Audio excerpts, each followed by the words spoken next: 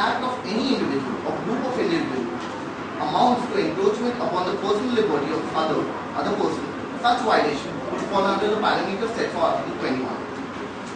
In the case Fuselian versus the Union of India and another, Justice Kuldeep Singh gave the further judgment. Telephone tapping is a serious invasion of an individual's privacy. With the growth of highly sophisticated communication technology, the right to full telephone conversation in the privacy of one's home or office without interference is increasingly susceptible to abuse. There is no doubt that every government, however democratic, exercises some degree of sub-rosa operation as a part of its intelligence outfit, but at the same time, citizens' right to privacy has to be protected from being abused by the authorities of the day. Lordship comments, may I proceed with the third issue? Much of my wish. The third issue of the case was the wiretapping of Ms. Veera's telephonic conversation for a long duration of 300 days necessary. The council says no. The wiretapping of Ms. Veera's telephonic conversation for a long duration of 300 days was not at all necessary. In the Supreme Court judgment given by the bench in Fuselian versus Union of India, the following provisions were formed. First, an order for telephone tapping can be issued only by the Home Secretary of the central government or the state government. In an urgent case, the power may be delegated to an office of the Home Department of the central and the state government not below the rank of Joint Secretary. The order shall, unless renewed, cease to have effect at the end of 2 months from the date of issue. The authority making the order may review before that period if it is considered that it is necessary to continue the order in terms of Section 5 Clause 2 of the Act. Although the order for phone tapping can be extended, it should not be done for more than 6 months. The review committee shall on its own within 2 months investigate whether there is or has been a relevant order under Section 5 Clause 2 of the Act. If on investigation the review committee concludes that there has been a contravention of the provision of Section 5 Clause 2 of the Act, it shall set aside the order. It can also direct the destruction of the copies of intercepted material. Here, the wiretapping, which was done by the Income Tax Department, is allowed only in rarest of the rare cases, and this case cannot be concluded as such. Also, the provision for a wiretap is only granted for a duration of not more than 6 months. But here, the proper procedure was not followed by the Income Tax Department. If some concrete material was to be found by them, it would have been obtained by the Income Tax Department at a very early stage, rather than extending it for a long duration of 300 days, which was absolutely not needed and was only the misuse of government's power. Further, the long duration of surveillance of over Ms. Veera's telephonic conversation only shows that the Income Tax Department did not attain any substantial evidence within the duration allowed. Moreover, the wiretap was extended beyond the limits and the surveillance extending 6 months was unlawful. Your Lordship permits, may I proceed with the affair? In the light of facts stated, arguments advanced and authority cited, the respondent humbly pays before the Honorable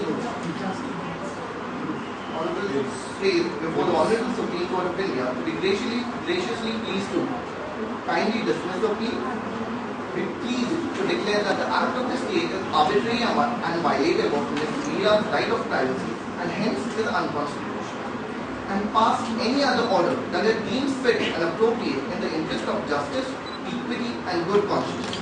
Grant any other relief which seems fit to the Honorable Apex Court as per the powers given under Article 132 of the Constitution of India, all of which is humbly subject.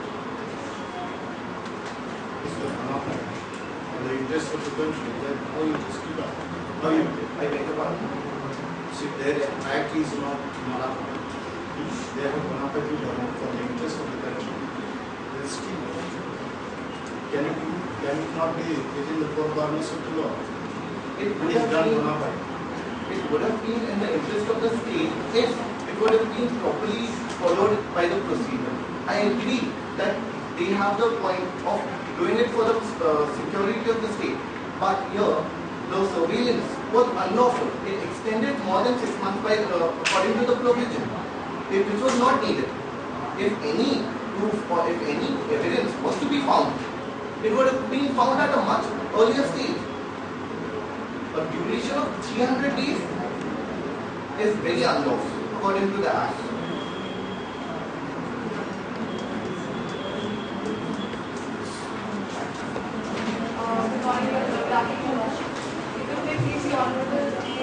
I am the counsel appearing on behalf of the applicant in the case of Ms. Priya versus State of Saurashtra. If the Honorable Court will permit, we would like to submit the compendium of the cases and history of cited.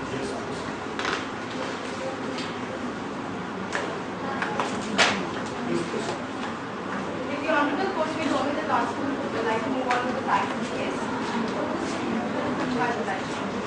Saurashtra is the second most populous state of India. It is the financial and cultural capital of India. The communication industry of Saurashtra has grown over 20 times in just 10 years, with under 27 million subscribers in the year 2001 to over 846 million subscribers in the year 2011. Its telecommunication network is the third largest in the world. During Ms. Priya is running a consultancy business for the top global companies in Saurashtra. During 2011, her telephone was put under surveillance by the Income Tax Department, and the tapes were then transferred by the Income Tax Department to the CBI. Ms. Priya, during loss of reputation and breach of trust, filed a petition in the High Court under Article 226 of the Constitution. The High Court of Saurashtra has given the verdict that the act of the state is arbitrary and in violation of the right to privacy, and hence is unconstitutional.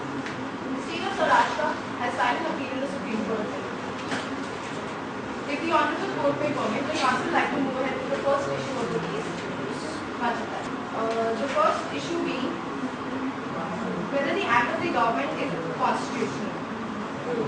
The Lordship Section 5 of the Indian Telegraph Act very clearly gives a right to central and state government agencies to lawfully intercept the telephones. Therefore, Income Tax Department, being a government agency, is a competent authority to intercept the phones when it deems that it is in the interest of sovereignty and integrity of the state, for the security of the state, for maintaining friendly relations with the foreign state, for public order, and for preventing incitement to the commission of an offence. In the instant case, Your Lordship, there has been an immense growth in the state of Saurashtra in just 10 years, especially in the telecommunication sector, as mentioned in the facts. This obviously leads to a very reasonable doubt on the speeding code. The taping of Ms. Priya's phone was carried out on strong suspicion of money laundering, tax evasion, and financial malpractices. Lordship, Ms. Priya is running a consultancy business to top global companies in Saurashtra. As a consultant, she not only has frequent conversation with the CEOs of the companies, but also has a very significant role to play in the start to the finish of the business project that the firm is undertaking. This clearly implies that she has knowledge of every aspect of the deal making and fixing which is going on, and also which can be used for the underhand practices.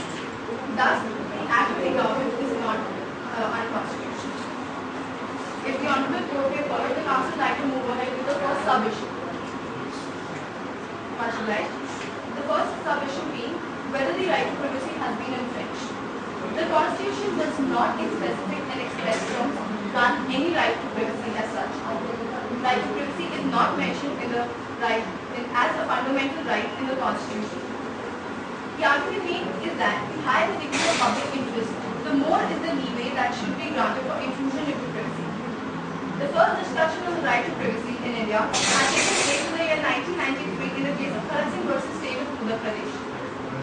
In this case, Your Lordship, the validity of UP police regulation was challenged on the ground that it violated fundamental rights of the person protected under Article 19(1)(b) and Article 21.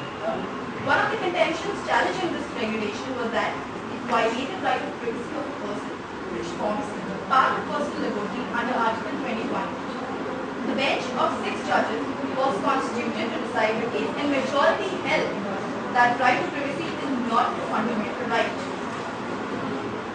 Your Lordship, India is a signatory to both UDHR and also civil and political rights programs, and thus both are binding on India. Lordship, and they both mention the limitation on rights for national security, public order, morality, etc.